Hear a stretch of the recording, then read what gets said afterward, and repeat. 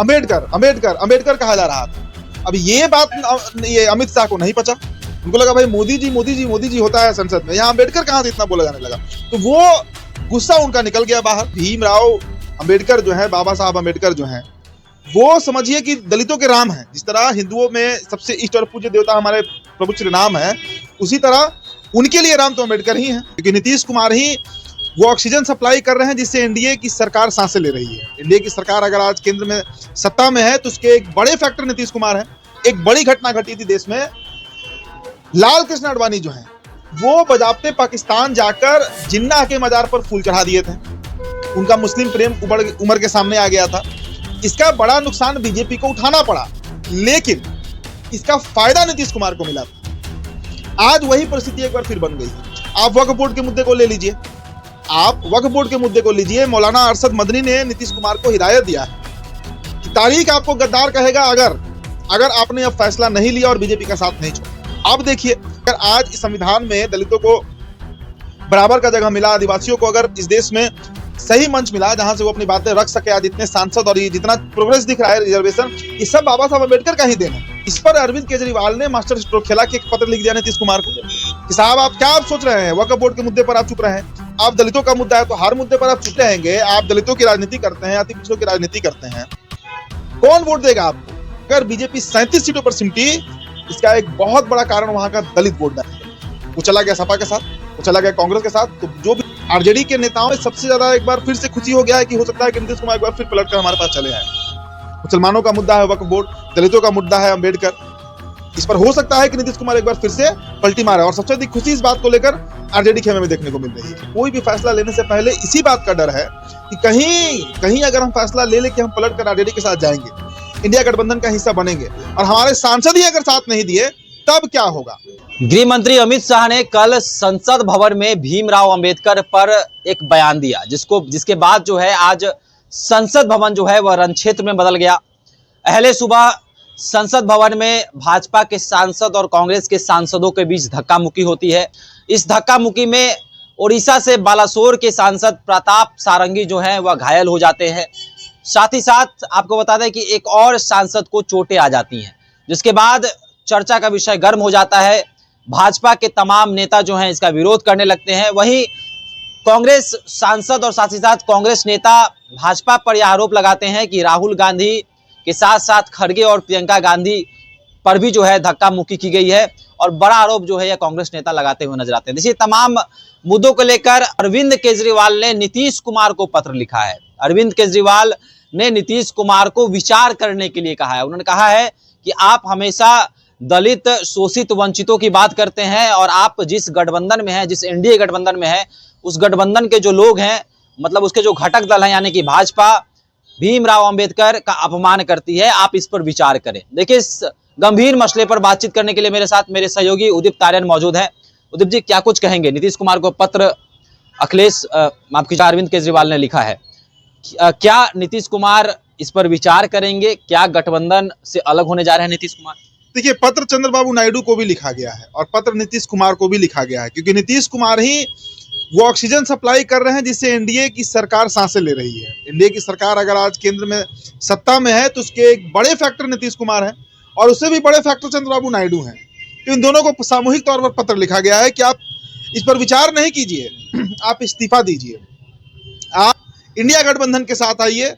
क्योंकि और खासकर नीतीश कुमार के परिप्रेक्ष्य में अगर आप देखिए तो देखिए, नीतीश कुमार की चर्चा ज्यादा इसलिए होती है, नीतीश कुमार वो नेता है बिहार में जिन्होंने दलित और महादलित का विभाजन किया।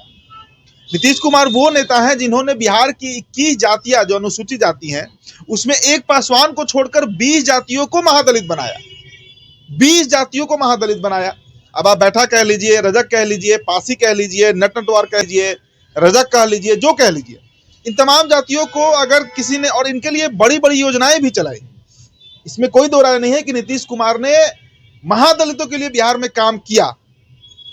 अब देखिए, मसला फंस कहां रहा है। मसला दरअसल ये है कि आपने देखा होगा कि स्कूल में, चाहे आप भी इस चीज को एक्सपीरियंस किए होंगे शुभम, कि अगर 3 मित्र होते हैं और उसमें एक मित्र किसी दूसरे मित्र की अधिक प्रशंसा करने लगता है तो एक मित्र को बुरा लगता है। कल संसद भवन में क्या हुआ है, अंबेडकर अंबेडकर अंबेडकर कहा जा रहा था।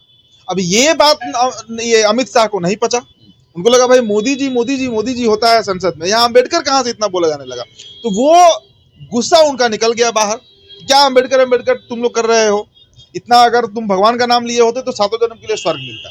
यही से ना मामला गर्म हुआ। अब आज जो खबर आई है कि मल्लिकार्जुन खड़गे को भी चोट आई है, खबर है कई सांसद इसमें घायल हुए हैं, लेकिन इसकी आग बिहार तक अब पहुंच रही है। और बिहार में देखिए नीतीश कुमार क्या फैसला लेंगे ये बात का मसला है। लेकिन आपको हम 2005 के जून जुलाई का समय याद दिलाना चाहेंगे। 2005 के जून जुलाई में कुछ ऐसा ही माहौल था। उस समय बिहार में बूटा सिंह राज्यपाल थे और उन्हीं का शासन चल रहा था। राष्ट्रपति शासन बिहार में लगा हुआ था और दोबारा चुनाव होने की तरफ बिहार बढ़ रहा था।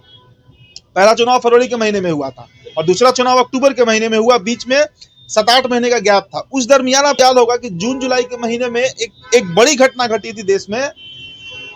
लाल कृष्ण आडवाणी जो हैं वो बजाबते पाकिस्तान जाकर जिन्ना के मजार पर फूल चढ़ा दिए थे। उनका मुस्लिम प्रेम उमड़ के सामने आ गया था। इसका बड़ा नुकसान बीजेपी को उठाना पड़ा, लेकिन इसका फायदा नीतीश कुमार को मिला था। अगर आपको याद होगा तो इसका बड़ा फायदा नीतीश कुमार को मिला था जब आडवाणी ने पाकिस्तान जाकर जिन्ना के मजार पर फूल चढ़ाया था। मुस्लिम वोट टूटा था उस समय आरजेडी से और वो मुसलमान आज तक नीतीश कुमार के साथ हैं। अभी देखिए ना जो 4 सीटों पर उपचुनाव हुआ उसमें मैंने एक सीट का डेटा शेयर भी किया था, वीडियो भी सब बनाया था कि बेलागंज में 35% मुसलमान एक मुश्त जेडीयू को वोट किए हैं, मरणो देवी को वोट किए हैं। आज वही परिस्थिति एक बार फिर बन गई है। आप वक्फ बोर्ड के मुद्दे को ले लीजिए, आप वक्फ बोर्ड के मुद्दे को लीजिए। मौलाना अरशद मदनी ने नीतीश कुमार को हिदायत दिया है कि तारीख आपको गद्दार कहेगा अगर आपने अब फैसला नहीं लिया और बीजेपी का साथ नहीं छोड़ा। अब देखिए अब दलितों का मामला सामने आ गया, महादलितों का मामला सामने आ गया। भाई भीमराव अंबेडकर जो है, बाबा साहब अंबेडकर जो हैं, वो समझिए कि दलितों के राम हैं। जिस तरह हिंदुओं में सबसे इष्ट और पूज्य देवता हमारे प्रभु श्री राम है, उसी तरह उनके लिए राम तो अंबेडकर ही हैं, इसमें कोई दो राय नहीं है। अगर आज इस संविधान में दलितों को बराबर का जगह मिला, आदिवासियों को अगर इस देश में सही मंच मिला जहां से वो अपनी बातें रख सके, आज इतने सांसद और ये जितना प्रोग्रेस दिख रहा है, रिजर्वेशन, ये सब बाबा साहब अंबेडकर का ही देन है, इसमें कहीं कोई दो राय नहीं है।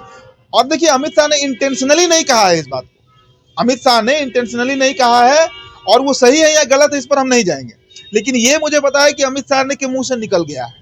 अब बेड़ा तो गर्क बीजेपी का हो रहा है पूरे देश में।